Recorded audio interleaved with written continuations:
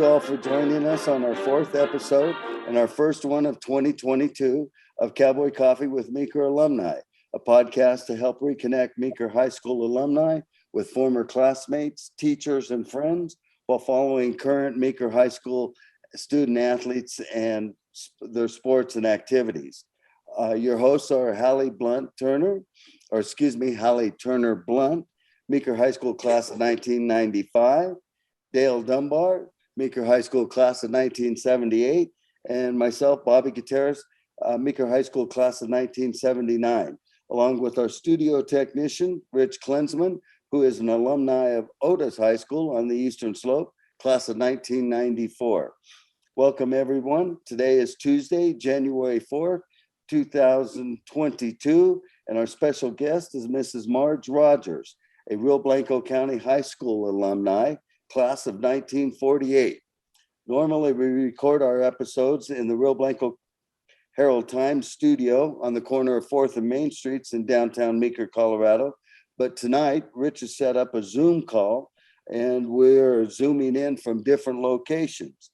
Rich and I are down at his office in the community center and behind Meeker Drugs. Dale is at his home, in the comfort of his home there. And Hallie is out with Marge at her son Ben's house. And we're all zoomed in here. Hopefully this works out and we'll be able to do other alumni via Zoom. Technology is amazing. We'll let Marge maybe explain a little bit of how technology has changed during her time. But why don't we go ahead and let Marge tell us a bit about growing up and graduating from Rio Blanco High School, and maybe tell us the difference between Rio Blanco High School and Meeker High School, and then we'll go from there. Go ahead. Welcome and thanks for agreeing to come on our podcast, Marge. Thank you. Thank you for asking. Yes, as far as the Rio Blanco County High School being called that is because those that were in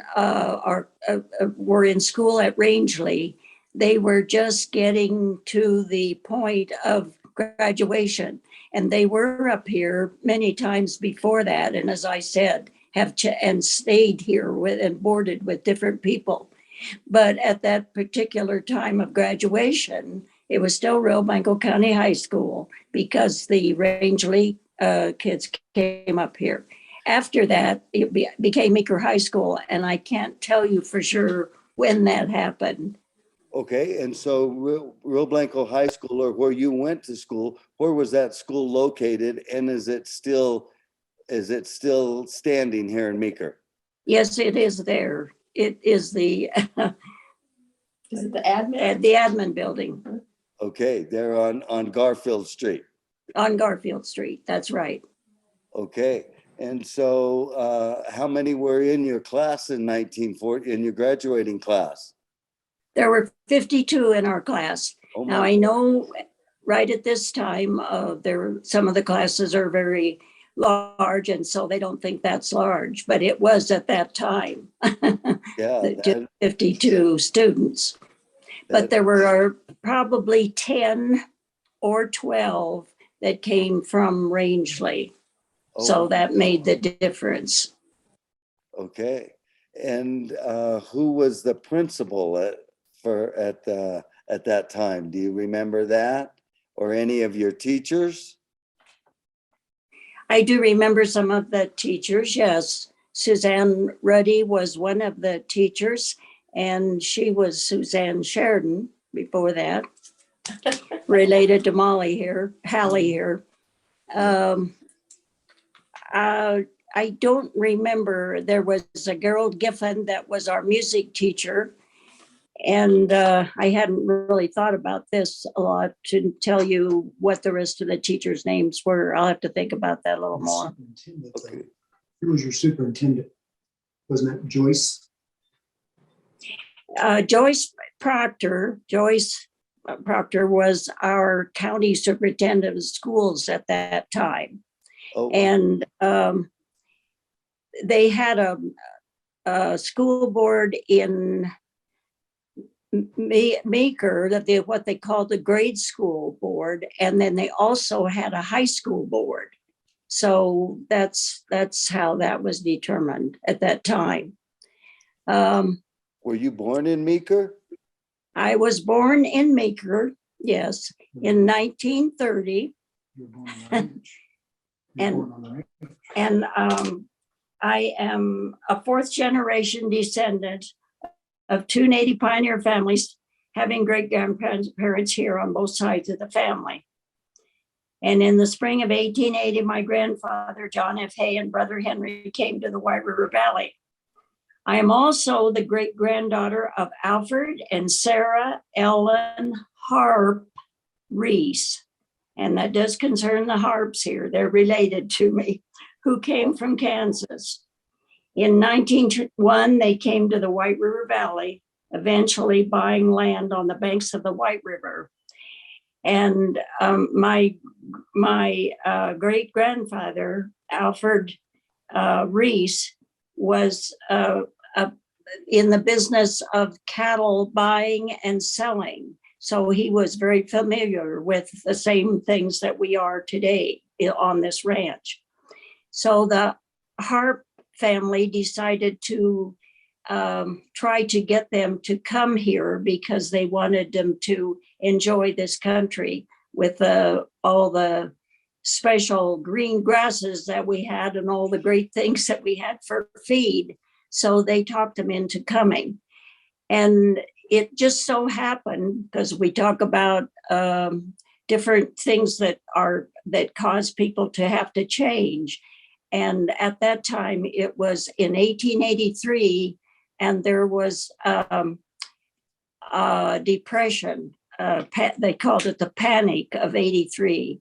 And with all of his doings with the cattle, he had to make a change then. So they were in Nebraska and they moved to Kansas, and then they moved to Meeker. Oh, wow. I know that was a long story. And that's a long ways. That's a long ways to go, too. That's right. Right. Quite a history lesson there.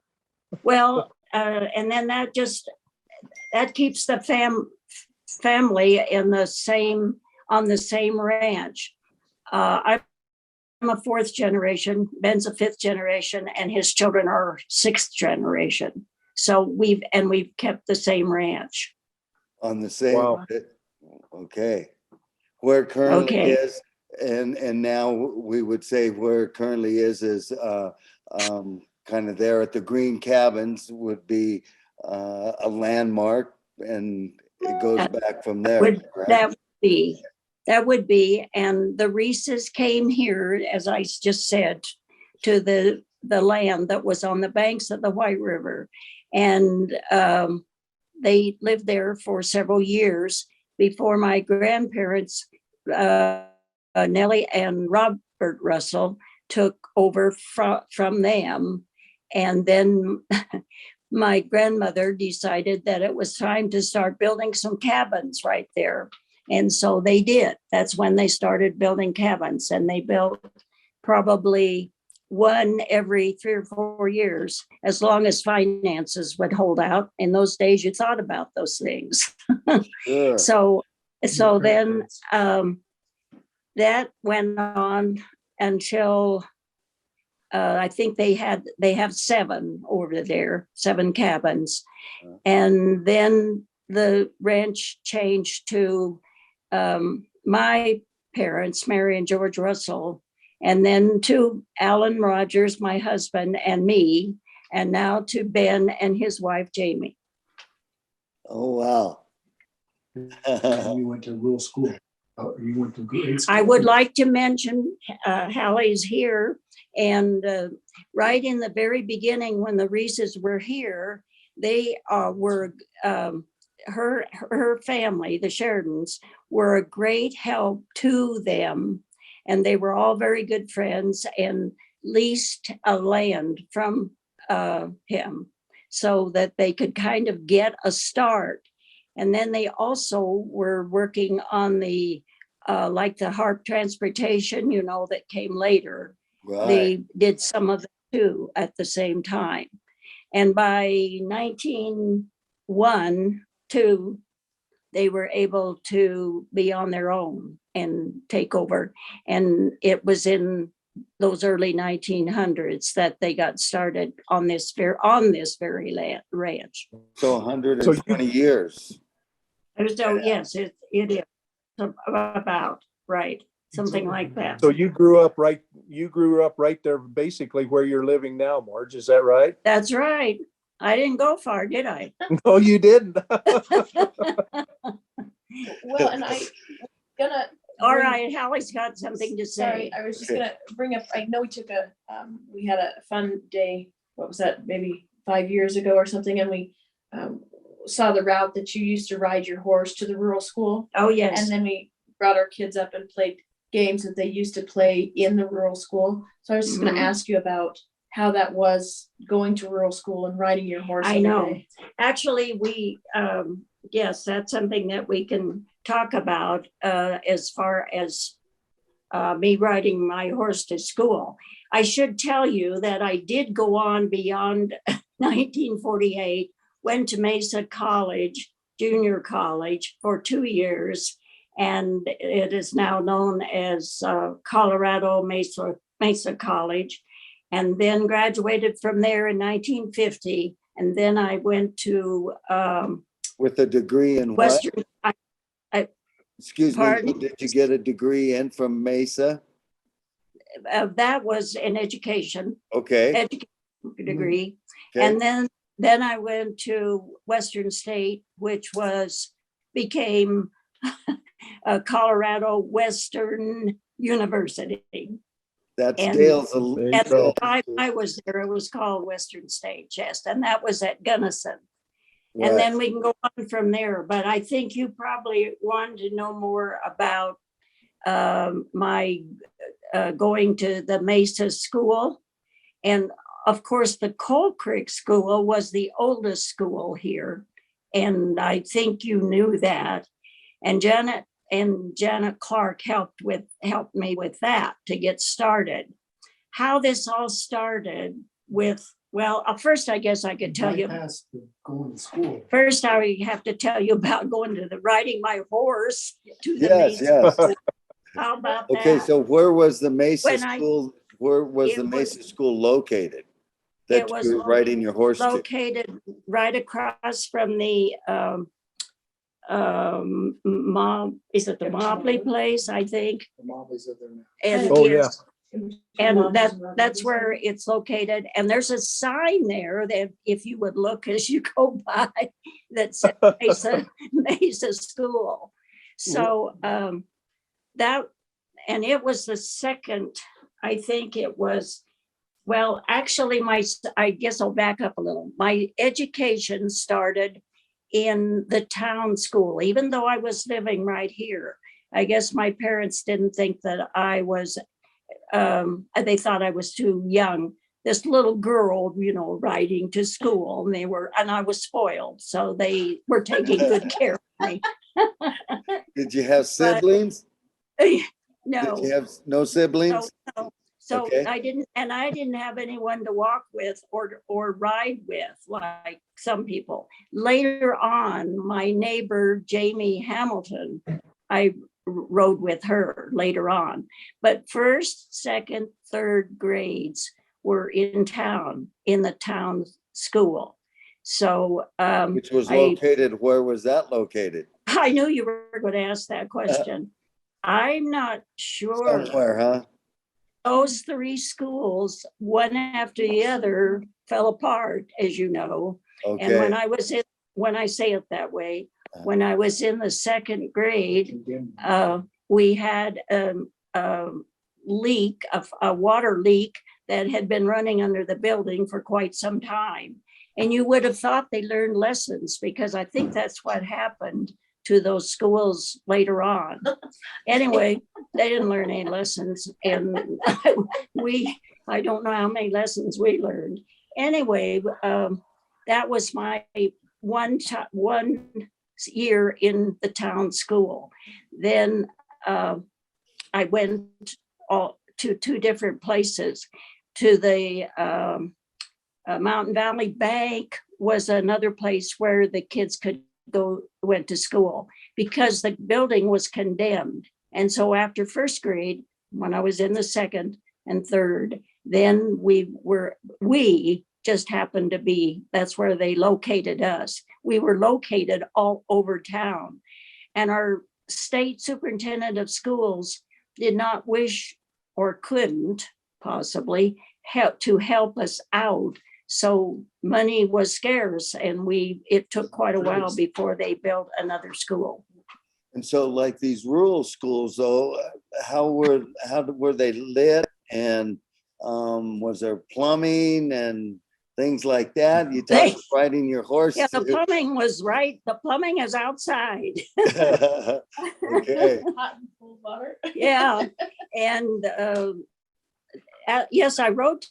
So in the fourth grade, I started riding my horse to the Mesa School. Wow, okay. And I rode it was 2 miles, because I would ride from, not quite probably, but I would ride from really right here at close to right where I am now, because the house is just across the road here from me, where we're at Ben's, where I was born.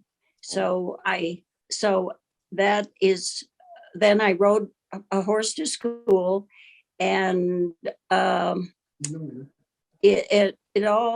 of this went well, because all I had to do was ride through the fields, up through the fields and I never did have any problems, except one time with having anything happen to me when I was on my horse, or have anything where there was problems. But I had 9 gates to open. Oh. And shut. And that would sound right now, in saying that to you, oh my goodness, that's a lot. It is, but again, little spoiled Marge's dad, my dad, had made little board gates that I could open off my horse. I could take the wire and open the gate, ride through, put the wire back on, and be on my way. Well, and then I had another barrier, was the Highland Ditch. And as the ice would come around in the fall, late fall, it was rather slick to ride across there. And so my dad told me to just take my horse and lead the horse across there. And so I would be a long ways away at the very end of that bridle rein, leading the horse across. And I had my lunch and all in a canvas bag that was over the saddle horn. And the only time that we ever had where the horse fell, I didn't fall, but the horse did. And the only thing that upset me about that was it messed up my lunch pail, and I had dents in it, and the nice sandwich that had been made for me, and the chocolate cake that I loved so much that my mother made, it was all jammed together in the box by then. So that was my experiences at that. But I did that through the 4th, 5th, 6th, 7th, 8th grade, and I graduated from the 8th grade. I might mention to you, because we have in our talk about, well, and it was even different when I started teaching school, we the board on the blackboard, the teacher had written all the things that we would, and Norma Parr was my teacher, by the way, that we would be studying and what we'd be doing. And she left that schedule up there the whole year. And I still remember it. It started right out with arithmetic. It was not math. It was arithmetic. That's the way it was. Spelling, English, science, geography, no social, we don't call it social studies. Then reading and literature for the 7th and 8th grade. And finally, by the time you got to 8th grade, you could have civics. That was your extra little And the subject. same teacher for all subjects? Norma Parr was this, yes, they didn't change around. Norma Parr was hired for that job, and she stayed with it for 5, I think she was with it for probably 8 or 10 years, but I was with her for 5 years. Okay, enough. No, that's fascinating. And so, that was all levels, so grades Yes. 1 through. Yes, it was level, the grades were 1st grade through 8th grade. And we even had a few kids that were coming with their brothers and sisters that were kindergarten age. And so they let them come, and she would take care of them. Oh my goodness. And I think she was paid $30 a month. How about that? How about that? And how many kids was Big she wages. taking care of or teaching? And I thought, excuse me? How many what'd you say? kids was she teaching? Oh, well, it would vary every year. It usually about 10 or 12 was probably an average. It could be as few as, I guess it could be as few as 2, but it wasn't like that, or 1. But then it could be more than that. It might be even up to 20. And then I think Hallie was talking here about the Coal Creek School. That's what they got to take part in when they did their little extra up there. And it was the first school. The Mesa School was the first school of the Mesa School was a 3-month school, 3 months. And then that was, then after that, it became a 9-month school. Oh, wow. And there were 40 rural schools. Do you want me to keep going, or do you want to stop me for a while? No, I mean, maybe if we talk a little bit more about the rural schools in that 25 years ago, you and some of your friends started doing the researching the history of all these schools. Is that correct? Yes, that came after after I was teaching in Meeker. Correct. We didn't see anything like that until after I was teaching, after Right. I started. And teaching. that is, and so maybe go ahead. Maybe we talk a little bit about you teaching in Meeker and some of the changes there, and then maybe we'll go into more of your project of the rural schools and the signage and all the things that have that you've done in the past 20-25 years with that project. So go Okay, ahead. after I graduated from 8th grade, and then graduated from high school, and then from college, that's when I started teaching in Del Norte, Colorado. You mentioned that, yes, and And then I came back to Meeker. I had signed up to teach in Del Norte again the next year, and I got the job offer for coming back to Meeker, and it was too good for me to turn down, because I could live with my parents and pay for my car. wow. What year was that, Marge? What year did you come back? I came back in 53 or 54, I think. In Yes. 54? Uh-huh. Okay. I did. And I didn't, that's the only time I'm going to tell a story on your granddad. No. Jim Sheridan. Anyway, he was on the grade school board, and you had to interview for these. And so I went to the board meeting thinking I was going to be interviewed. And he just raised his hand and said, you know, she's fine. I know who she is. I know all about her.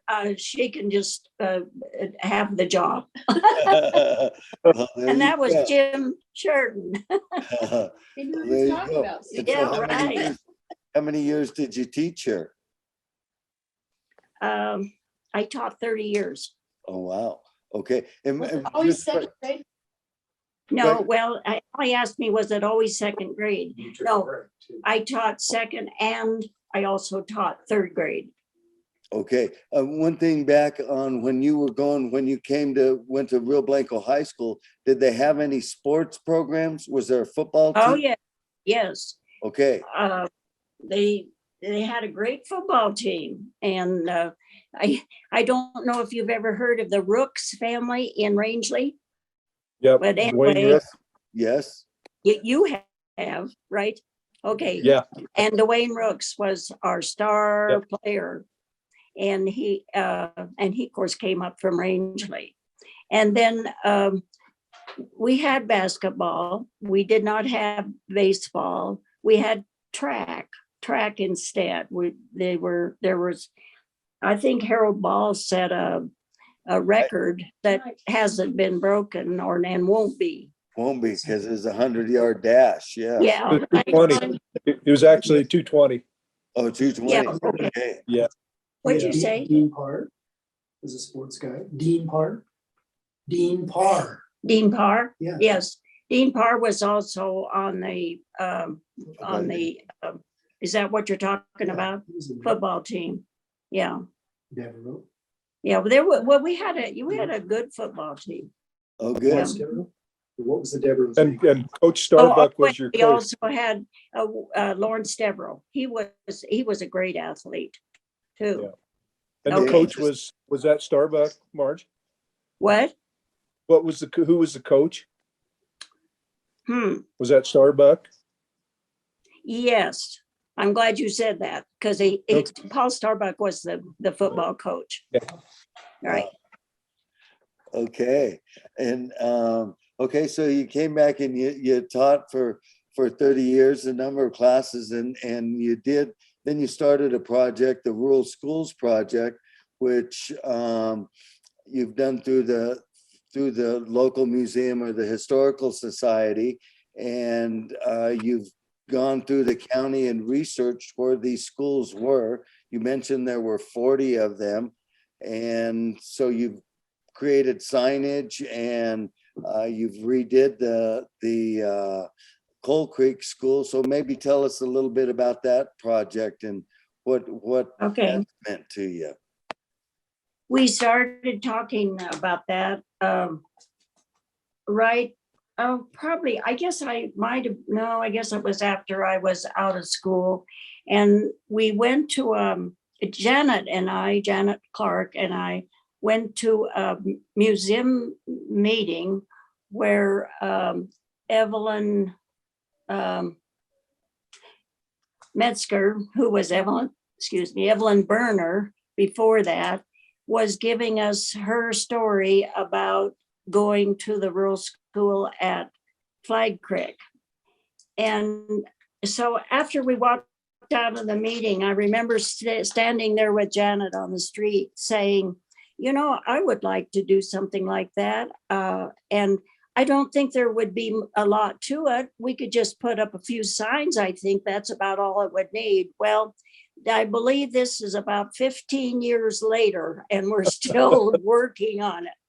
We do have a lot of information, but I'm telling you, it was difficult to get information here because it was all confidential and we weren't going to have anybody see anything that were in any of those teachers' registers. And so they let the secretaries carry out those books from the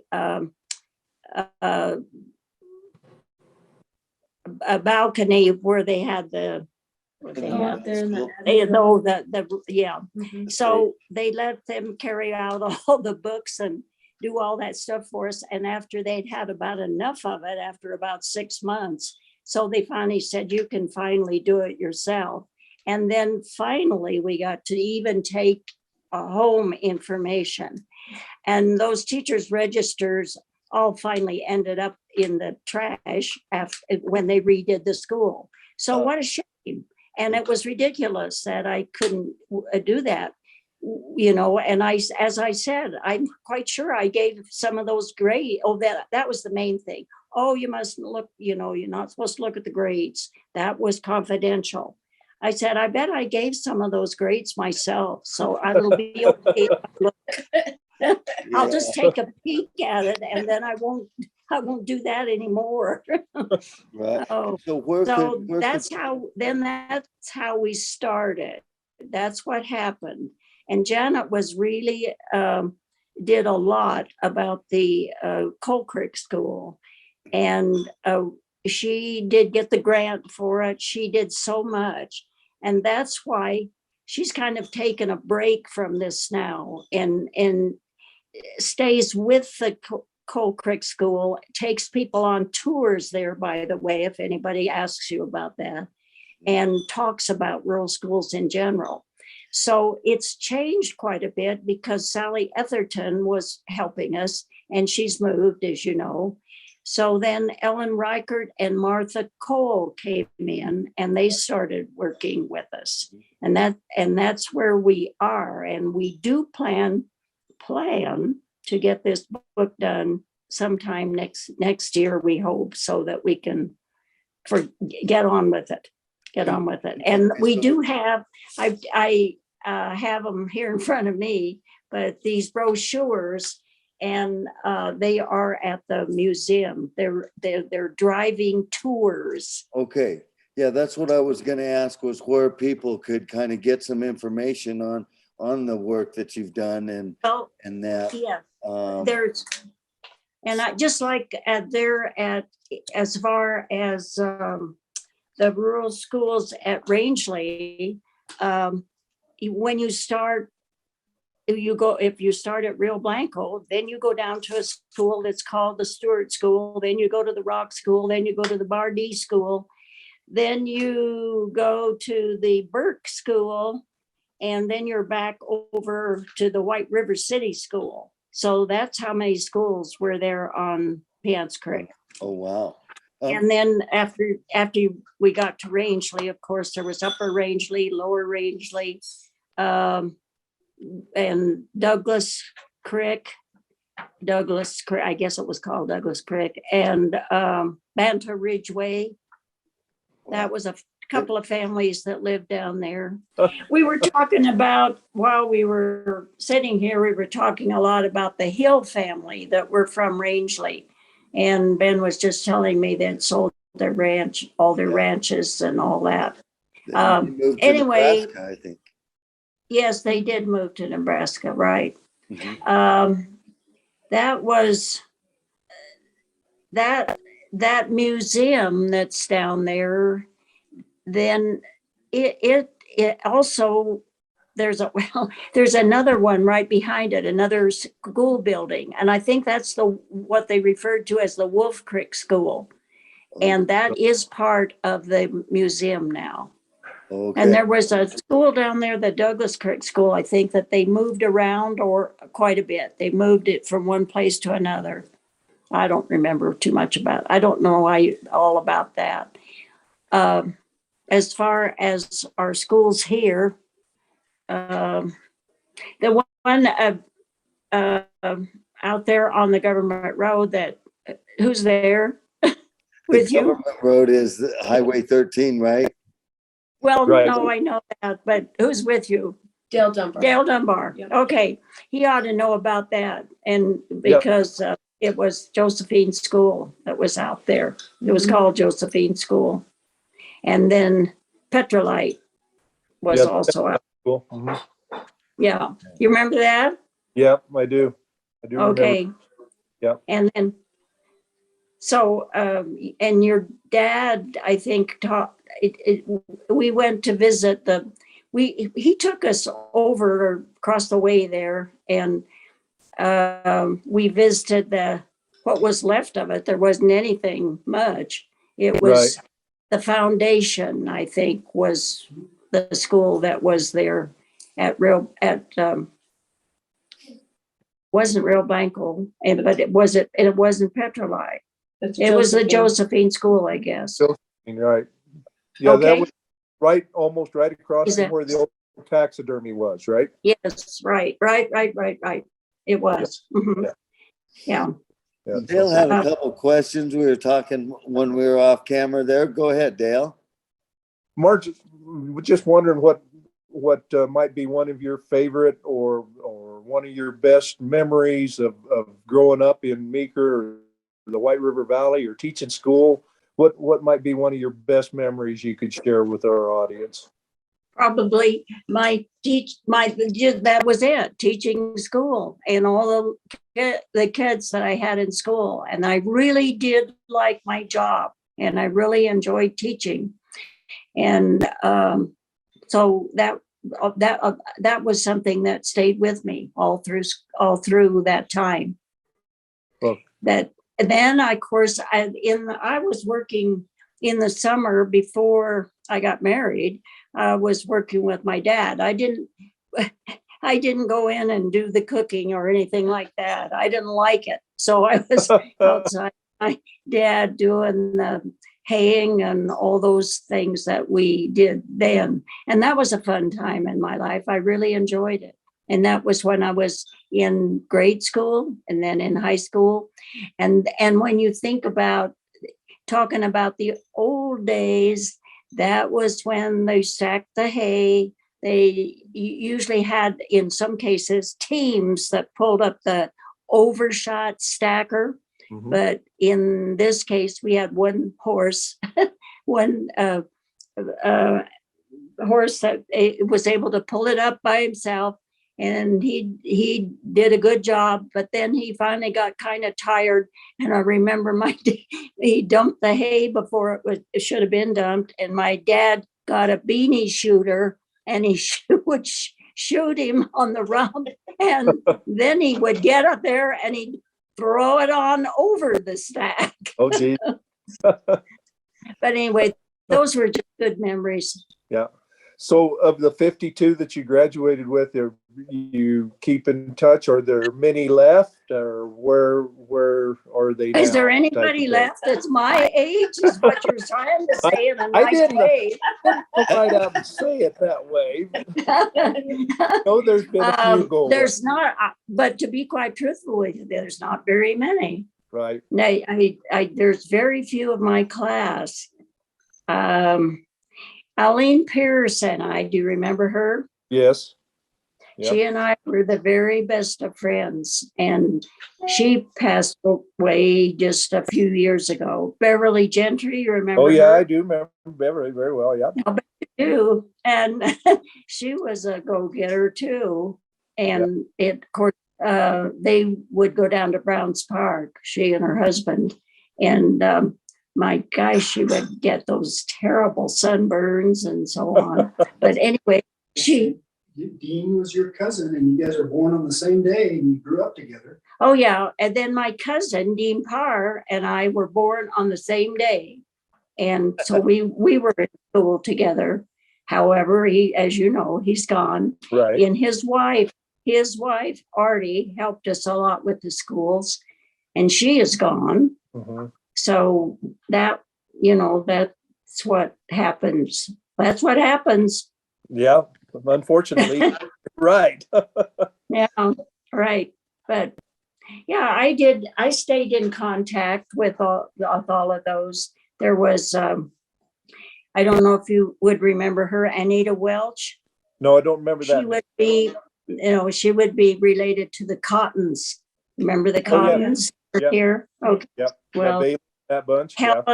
There was Helen Cotton Welch.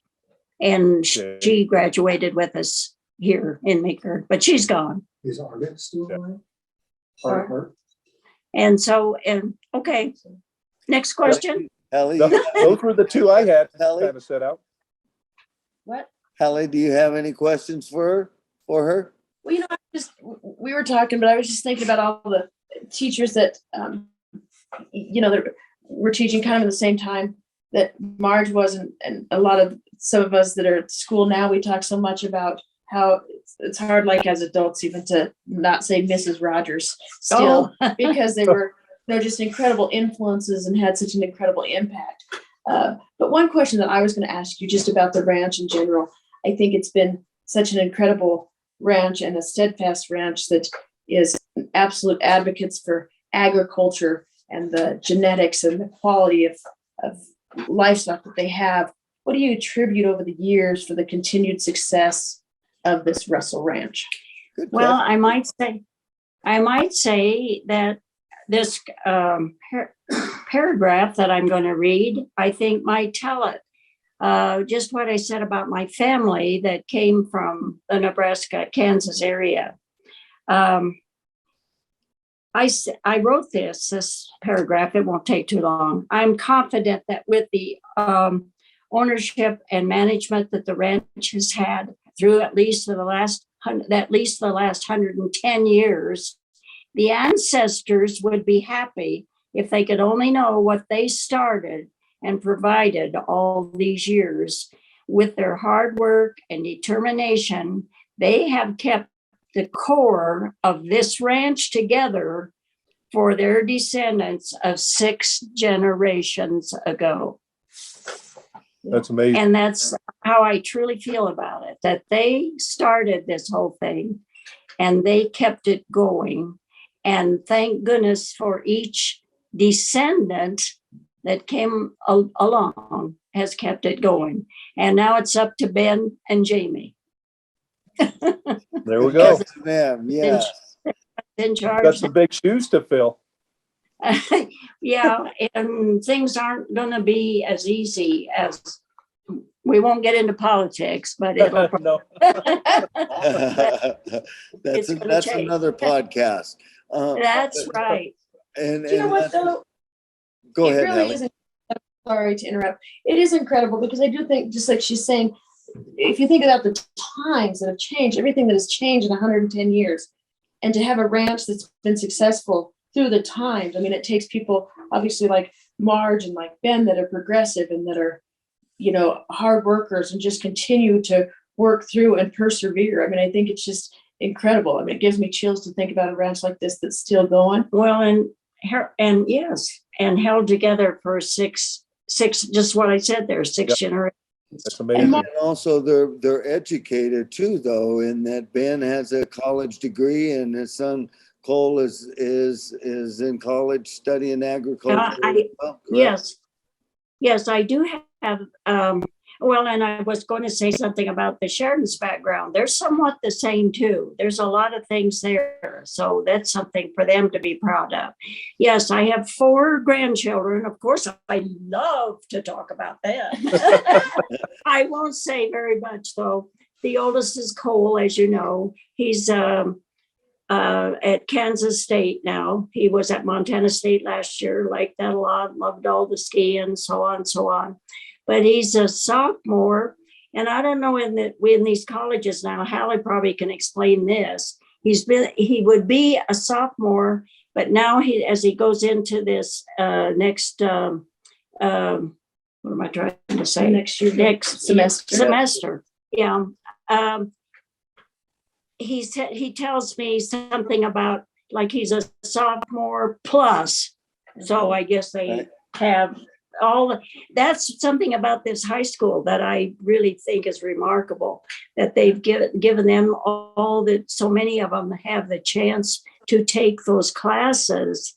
And when he went to Montana State last year, he could transfer 32 of those classes. So, okay, going on with the grandchildren. Then the next one is Charlie Ann, and she is just doing so well with her 4-H and her cattle, and she really does care about the ranch. I know she does. And she is a freshman and playing basketball. She is very, very interested in anything that has to do with the ranch. Then we have Sienna. and she's in 5th grade, and she is playing basketball, and she's also doing very well. She's, I think, at the up top of her class. And then we have Cambry, and I think she likes school, and she's here listening to me right now, I think. But anyway, she's my little special one too. So there's my 4 grandchildren. And it's neat, I think, just to mention that we were just talking, Ben and, all the whole family went, Ben and Jamie and all of them, to that jackpot. Oh, But Charlie participated in the jackpot, and it's with cattle that they have raised, and Charlie's so into it. And I think it's something special that they can go do and obviously, carry on that tradition and learning and understanding and having that eye for just quality livestock and showing them. I think that was a neat thing. I think she'd make those people of long ago proud of her, to think that she does care that much about it. Well, good. So next question.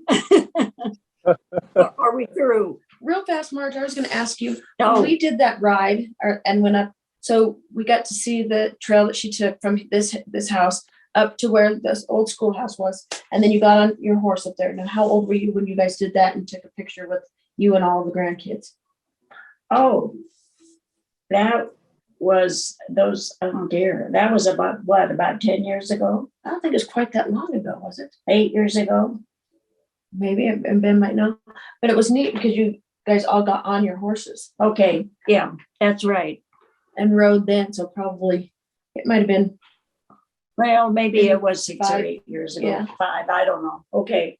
But that was a neat Ride thing. horseback. Yeah. Yeah. There you go. Well, there's a lot, Bobby, there's a lot to say about the rural schools, but we may need another time or something to say all there is to Sure. say, because it is a very interesting project. And I didn't know there was going to be so much. And when you think about the schools, that school, the Mason school that I went to, I know I've had people ask me, well, what did you do? Did you have any games to play or do anything? We certainly did. And we had a grove of trees down there that's now taken up with machinery that the Maltbys had there. But that was a really nice place for us to play. And then we had a sledding hill, and that was right by the school. And we played workup baseball in the spring out in the field. So we weren't neglected in that way at all when we were at the rural school. Well, good. Now, some kids, it was tough for them in having to walk to school in cold weather. And I know here we were complaining about weather this morning, and I rode my horse to school on, believe it or not, 40 below weather. I mean, it was cold. Oh, and yeah. I had lots and lots of clothes on. We started with the long underwear, and then the suspender overalls, and then the rubber overshoes, 5-buckle rubber overshoes. Well, they didn't keep your feet too warm. Oh, So we got to run around the schoolhouse after we got there and warm up our toes. And then I can go back now and relate to what they're doing and get along just fine as far as about these masks that they're wearing now. I wore a mask to the school, but it wasn't for COVID. It was because I couldn't breathe that cold air in. right. So I wore one of my dad's bandanas, and I put that over my face. So anyway, next question. Well, you know what? They still do. I was just going to show this real fast. This brochure to Coal Creek, and it has different things, but it also has a map, and people can go to the museum or whatever and get any of the ones and get the maps and the whole thing. But they still do like 2nd grade old fashioned day. They still get to go out to the Coal Creek school and have their actual day there, and they have different events. And so anything that people, if they're watching and they're interested, they can sure get this at the museum and different places, because it's fascinating. And brochures, give a map and everything. And those brochures, there's probably, oh, I know there's quite a few available, but it's different driving tours where they can drive to these schools and see them. And as I said about the Mesa School, the Coal Creek School, Janet, or I would try to if I was here, would be able to take you through that school and talk about the various things. Have you been in that school? Yes, yes, since they redid it, yeah, it's really nice and really cool. Okay, so you kind of know what it is. And we have all those different size desks in there that are, you know, of the different eras, Mm-hmm, yes. going way back and then Yeah. kind of catching up now. Mm-hmm. Hey, Okay. Marge, didn't you say that when you guys were rebuilding that, you found some class records or some books or something up in the attic or something? What did you guys No. find out?